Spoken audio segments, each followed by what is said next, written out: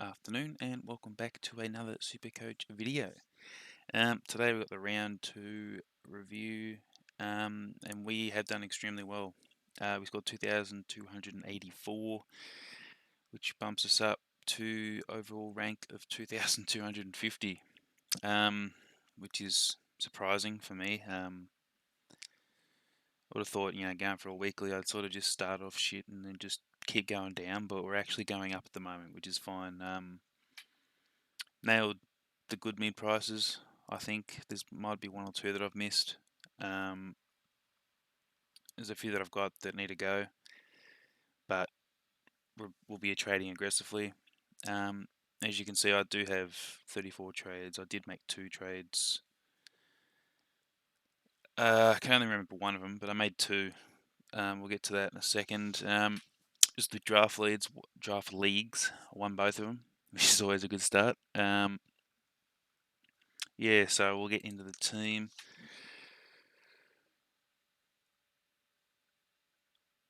Been slow this whole day. So I have Darcy Cameron. I got rid of Lloyd Meek because I said, if Meek is R1 come round 1, I'll start him. Eventually, the team sheet said, yeah, nah. And then I think at one point I refreshed the page and it said Josh Ward in the ruck, and yeah.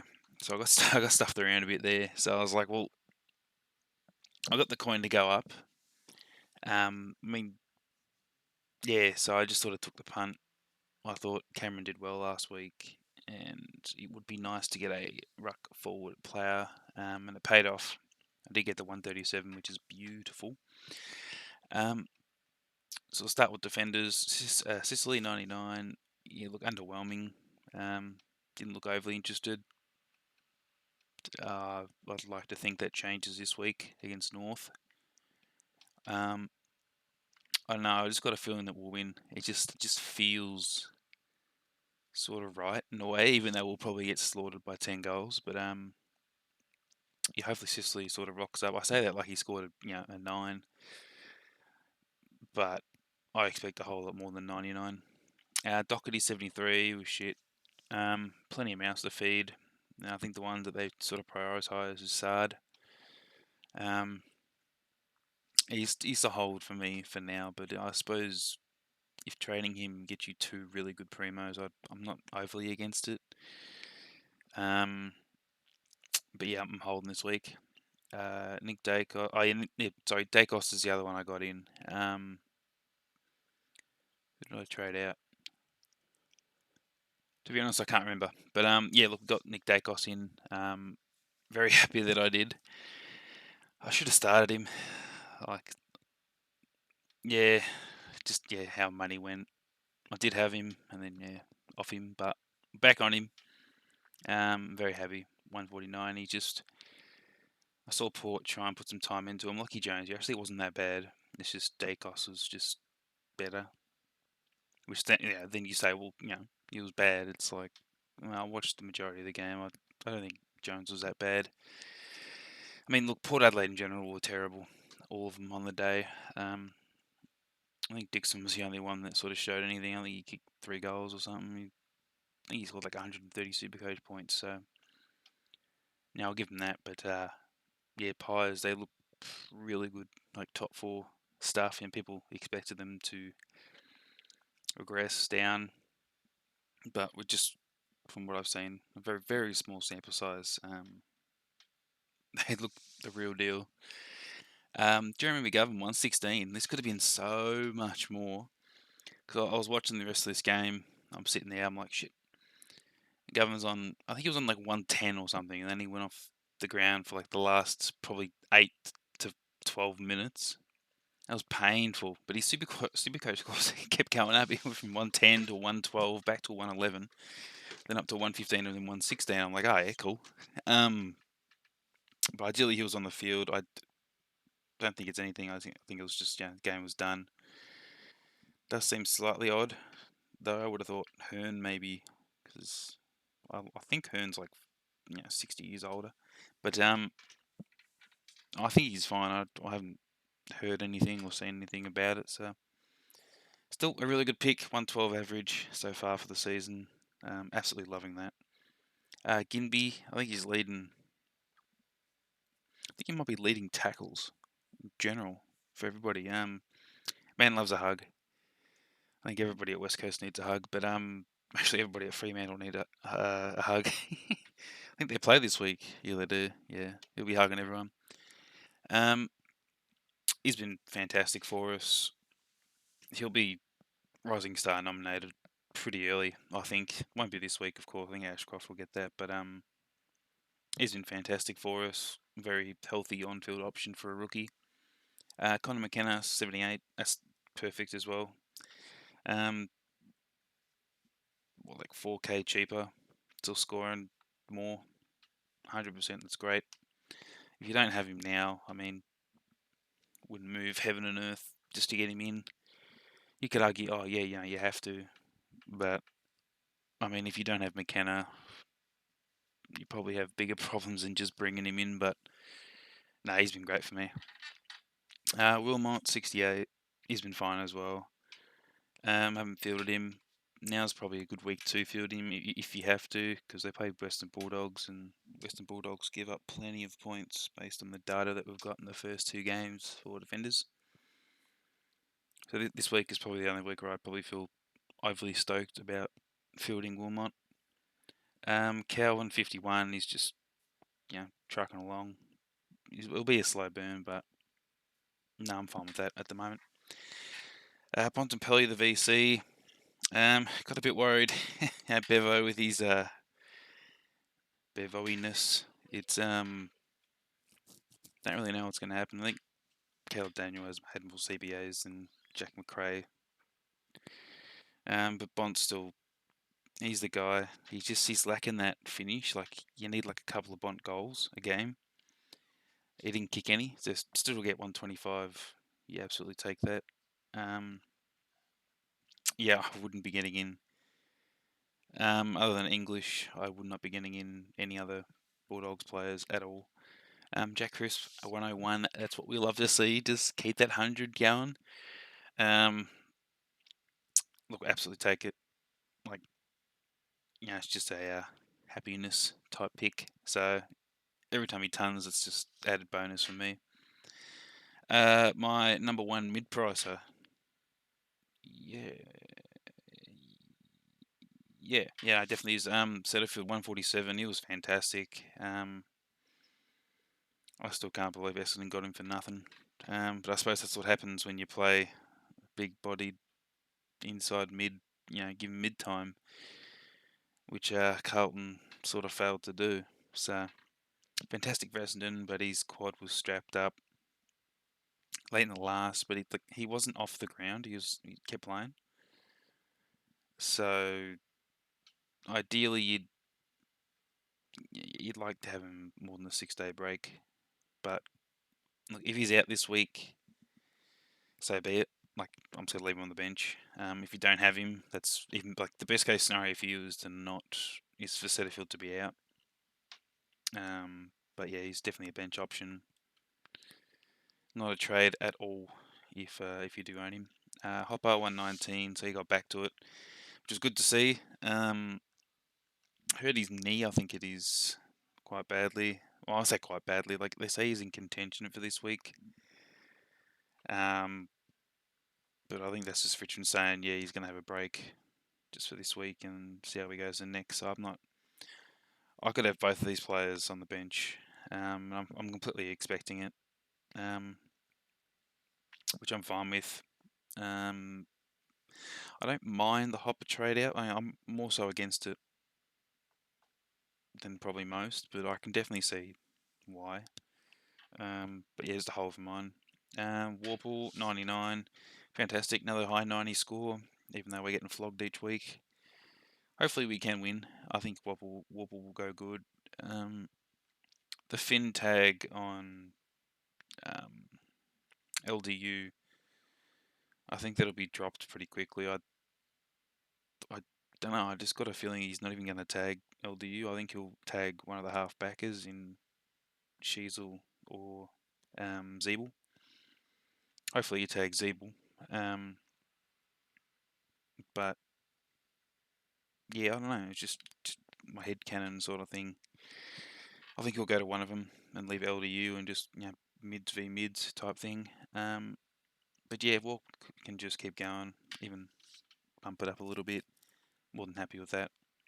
Wanganeen Miller. Yeah, he's you can hold him, but I'm moving him on this week. I gave him another week. He's just like the role's sort of there. It's just he's not doing it, if that makes sense. Like, yeah, he needed to improve drastically and didn't quite get it this week. I don't know what his disposal efficiency was, but I don't think it was like leaps and bounds better than what it was last week. I might be completely wrong in that. Um, but yeah, I'm moving him on. Cam McKenzie 52, not as hype as it was last week, but I mean Swanee's midfield over there is it's quite tough to break. Um, Very small ground. You got Warner, Mills, Goulden, who was touch and go to go this week. Luke Parker, all that stuff, but he'll do a lot better this week. I think. I think he'll 65 is minimum what I'd be expecting from Cam. I had Bytel on the field. I was looping Ashcroft because I didn't think they were going to do any good against Melbourne. But well, I like to say, well, actually, no, they didn't smash him because the lights went out and then they sort of fell asleep and Melbourne almost won. That was a good game to watch. But yeah, Ashcroft should get the rising star this week. I think some people traded him out. Like, I don't know, just reaction trades. You see it in the Discord. It's like, bro, in one round, and they're like changing their whole teams around. It's like 3 months of prep work just to change it in 1 week. It's very interesting to see each year. But yeah, if you traded him out, deserve it absolutely. And if you held on to him and got his score on field somehow, like I did, then yeah, you're laughing. Constable 67. I think that's probably where he'll be at. I think he'll probably. I think his average will probably be around the 66, 67 mark. I can see him going a bit better if he still gets a gig this week against Geelong. Where's it played? Heritage Bank Stadium. I've honestly never heard that before. Must be playing at a bank. Yeah, well, I don't know I don't know what the ground's like, but I think he needs that space. Cats, yeah, I wouldn't be fielding him. I'd try and avoid it if you possibly can. Yeah, so Baker, 55, another slow burn, I think. Doggies in general just look shit house. Unless you're in that select few, like your Bonds and English, that, just keep going. Yeah, I really didn't notice Baker at all. But we'll take a 55 for a bench option, no worries. Darcy Cameron, so as I mentioned earlier, brought him in. Dude did fantastic. I think it was up to he was nearly at 60 or something at quarter time. I was like, oh yeah, that was fun. And then did the loophole option, got Wits 108. He was the Suns' top Supercoach scorer in a game where I thought he was down. Well, I mean they were all down, but it's like took I think got 106 or something, and then Rao Anderson mid to low 90s I think, and it was sort of just all shit. Yeah, Flanders, you got to get off him now. It's no ifs or buts about that. Cogs 107, he was a bit touch and go because I think it was his ankle or something. He hurt that pretty bad, and I think the getting subbed off was a possibility. But no, look, he played on, and yeah, 100% we'll take a 107. I just need him to be healthy. That's the thing. Yeah, so Rosie 92 again. Pork absolutely obliterated. Pretty much every aspect of the game. So to still get a 92, we'll absolutely take that. Taranto 95, the Butcher. It's painful. I think that's probably dead on 99 is what you'll get out of Taranto. I think 95 to 105 is probably the range. Ideally, it's 100 plus, but yeah, butchers, they're not fun to own, as you know, with the crisp. Horn Francis 45, so it was, yeah, pretty bad. He gave away like 6 free kicks. So what is that, like 3 points per free? It was like 0.06. So what was that, like 60 points? 58 or something. He'll do better this week. Collingwood, they're not an easy team to beat, to even compete against, and they're playing against Adelaide in Adelaide, so I expect him to go off, or else he's a real possibility for deployment. All those people traded him in the end of round one. Congrats. Tanner Bruhn, he's gone as well. The Spud, you can take the kid out of GWS, but you can't take the GWS out of the kid, which will probably be the title. Decided that on Friday night. Yeah, and Sheasel 114 is fantastic, just pure goal. Same as Zeeble. I think Zeeble scored like 120. I wouldn't worry too much about Hall. I think he had like 39 touches and like 38 kicks or something. He's not in Clarko's plans. I don't think. I would be shocked. Like maybe he comes in for someone else and then does Sheasel go forward? It's a possibility. But I think right now, as it stands, you probably need to get him in. I think his break even's like minus 700 or something. Website's so shit, so slow. Minus 116, that's pretty, that's fantastically high. I think the only one that I saw that was higher was Errol Goulden after 2 games. I think it was like 130s or something. It was, yeah. So fantastic to have from Sheasel. Good to get in. Had him on the bench round 1, which does hurt, but that's fine. We're into round 3 now. And a very, very safe on-field option. Philippou, 59. He did alright. I think he kicked 3 goals and only scored 59, which is obviously, you say it like that, that's pretty bad. But he'll only improve over time. And yeah, I really like he's confident in what he can do, and like he's just not afraid to just do it. He was great to watch. I actually got to see him for the first time last week, so I can see why many did think he was like a 1A, 1B type thing with Ashcroft. And Fergie Green, 49, disappointing. You go, oh yeah, Hawks are shit, he's shit. He was shit against Sydney, but he kicked 0 goals for. Sorry. So if he kicks 2 of those, like that's 60, probably, maybe. The game will come, and it's probably coming this week, but it will come, and he will score big. I think I'm expecting a 90 at some point. 85 at worst if it is his big game, so we'll wait for that. So trades this week, we're going to trade somewhat aggressively. You could argue it's potentially stupid, but I'm going to get 1 primo and 2 rookies on the bubble. So Tanner Bruhn's going. Broomstick. Wangani Miller.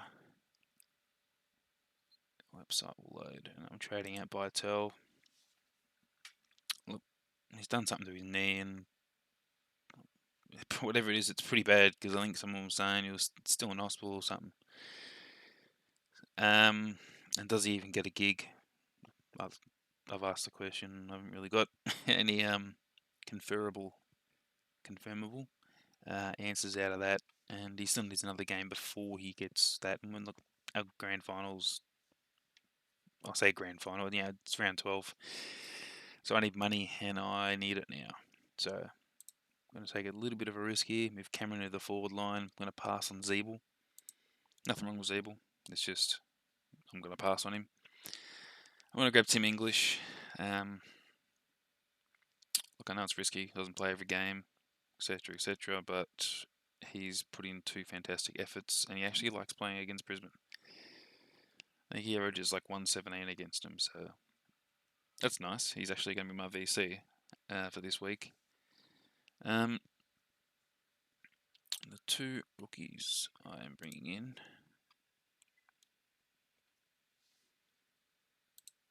Going to move cogs up as well. This website is unbelievably slow. Going to get in Chandler.